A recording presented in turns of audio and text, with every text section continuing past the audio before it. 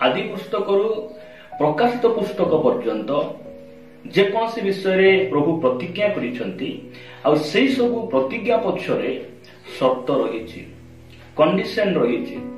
शर्त बिना कौन सी प्रतिज्ञा परमेश्वर करना मु आपण मान कहवा चाहे जे परमेश्वर समस्त प्रार्थना शुणती ना आ केउ मानकर प्रार्थना शुणती सेही पांचटी विषय आज मु आपण मान निकट में रखा चाहे जदि यह आम जानिबा ताहले आमे जदि परमेश्वर निकट में शर्त युक्त भाव शर्त आधारित भाव निज जीवन को सजाड़ी जदि आमे परमेश्वर को मागिबा ताहले परमेश्वर से सब देवे आमको आमर प्रार्थना प्रभु निकट में ग्रहणीय हेबो आमर प्रार्थना को से सुनिबे। प्रिय भाई भणी माने प्रथम विषय आमे केमिति प्रार्थना करिबा आ केउ प्रार्थना को परमेश्वर सुनंती प्रथम विषय मु आपण मान निकट में रखिबा पई चाहे मो सहित आपण माने साधु जहन प्रथम पत्र प्रथम जहन 5 अध्याय 14 पदरे प्रकार लेखा गला पुणी आम्भे माने जेबे ताहांको इच्छा अनुसार कौन सी प्रार्थना करू तेबे से आम्भ मानकर सेही प्रार्थना शुणती ताहांको छामुरे आम्भ मानकर एही साहस अछि प्रभुंक नामर गौरव हो। प्रिय भाई भणी माने जेते बेले आमे परमेश्वरंकर इच्छा अनुसार आमे ताहांको निकट प्रार्थना करू सेही प्रार्थना को परमेश्वर शुणती निज इच्छा रे निज स्वार्थ रे परंपरा भाव रे जदि आमे प्रभु को निकट रे प्रार्थना करू निजर स्वार्थ पाई निजर सुविधा पाई निजर फायदा पाई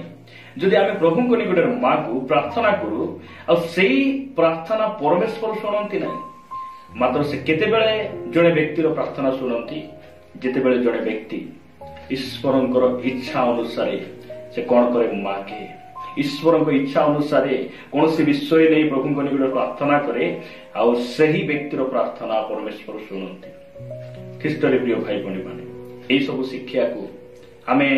निचर करबा ए सब शिक्षा उपरे आमे ठिया हेबा ए स्वर्गर परमेश्वर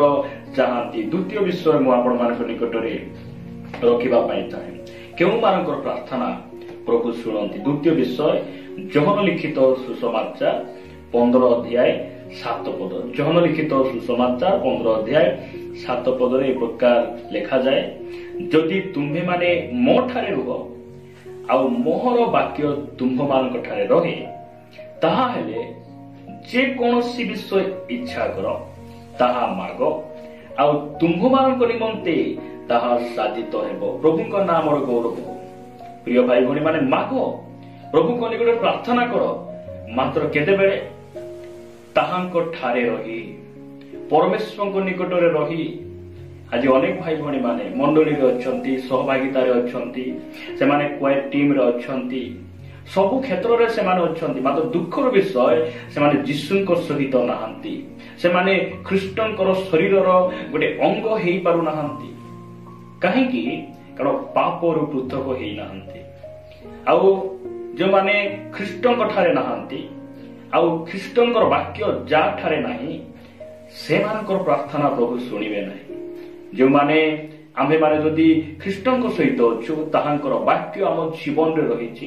ताहांकर वाक्य आम जीवन रे कार्यकारी होइछि ताहांकर वाक्य को आमे भय करूछु वाक्य अनुसार आमे बंचुछु आ कोनोसी विषय आमे इच्छा करी मागिले परमेश्वर आम पई से करिबा पई सामर्थ्य अटंती आम निमंते से देबा पई बलवान अटंती विश्वस्त अटंती। प्रिय भाई भणी माने परमेश्वर सेमानकर प्रार्थना शुणती जो माने ताहांकर सहित रुहंती ताहांकर वाक्य तांको ठारे रहे आउ से माने जहा किछि इच्छा करी मागिबे परमेश्वर सेमान को देबे देबे। प्रिय भाई भणी माने तृतीय विषय मु आपण मान निकट रे रखिबा पई चाहे आपण माने सही जहन लिखित सुसमाचार 14 अध्याय 13 पद सही जहन लिखित सुसमाचार 14 अध्याय 13 पद रे प्रभु यीशु ख्रीष्ट एक प्रकार कहिले पुणी पिता जेपरी पुत्रंक ठारे महिमान्वित होती एथि निमंते तुम्हे माने मो नाम रे जहा किछि मागिबो ताहा मु करिबि। प्रिय भाई भणी माने केउ प्रार्थना प्रभु सुनंती जेउ प्रार्थना कि प्रभुंकर गौरवर विषय जो प्रार्थना आम करने द्वारा जहाँ आम मागिबा द्वारा जहाँकि प्रभुंकर महिमा हेब गौरव हेब यही प्रकार प्रार्थना प्रभु शुणती जहाँ वाक्य आधारित नुहे जहाँ प्रभुंकर विरोधर अटे जो प्रार्थना आम प्रभुंक निकट करवा उचित नुहे सही प्रार्थना जदि आम प्रभुंक निकट करवा सही प्रार्थना को परमेश्वर शुणती ना परमेश्वर कहले तुम शत्रु मान प्रेम कर आ जो माने तुमको अभिशाप दियंती से तुम आशीर्वाद कर मात्र प्रार्थना रे जदि मते जे गाली करुथिले तांको जीवन में दुर्घटना आसु सी मरी जाओ तार विपद घटू यही प्रकार प्रार्थना गुड़िक प्रभु शुणवे ना कारण यह परमेश्वर गौरव हो नहीं ताहांकर अगौरव होउछि ताहांकर अपमान होउछि। प्रिय भाई भणी माने प्रभु यीशु ख्रीष्ट कहंती जो प्रार्थना द्वारा बा पुणी पिता जेपरी पुत्रंक ठारे महिमानित हुअंती एथि निमंते तुमे माने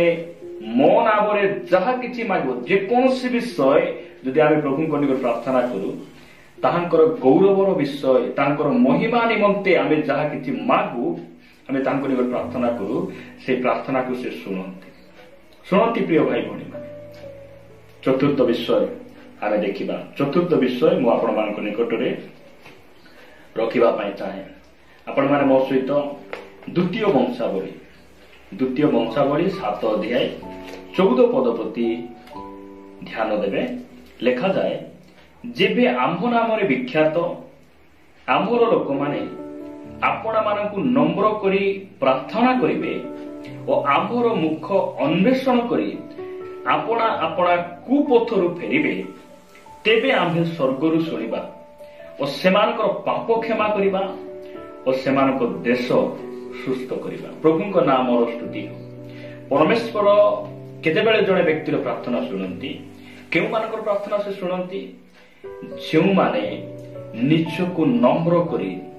प्रभुंकर गोड़ धरी अश्रुपात सहित निजको नत करी ताहांको निकट प्रार्थना करंती एही व्यक्ति मानकर प्रार्थना परमेश्वर शुणंती आ लेखा जाए नम्र करी जो माने प्रार्थना करती प्रभु निकट में से प्रार्थना से शुणती से पाप को क्षमा करती से कौन करती सुस्थता दियंती आही व्यक्तिर प्रार्थना देशर परिस्थिति को परिवर्तन कर दिए सही व्यक्तिर प्रार्थना देश को सुस्थ कर दिए। प्रिय भाई भणी माने प्रभु नाम गौरव आमे निजको नम्र करवा कारण आमर परमेश्वर प्रभु यीशु ख्रीष्ट से नम्र अटंती से ईश्वर हेले मध्य ईश्वर ही रहिबार विषय मने रखिले नाही से मने कले नाही से आपण को नत कले दास रूप धारण कले शेषर से मनुष्य मानकर लेवल रे पळे आसिले निजको शून्य कले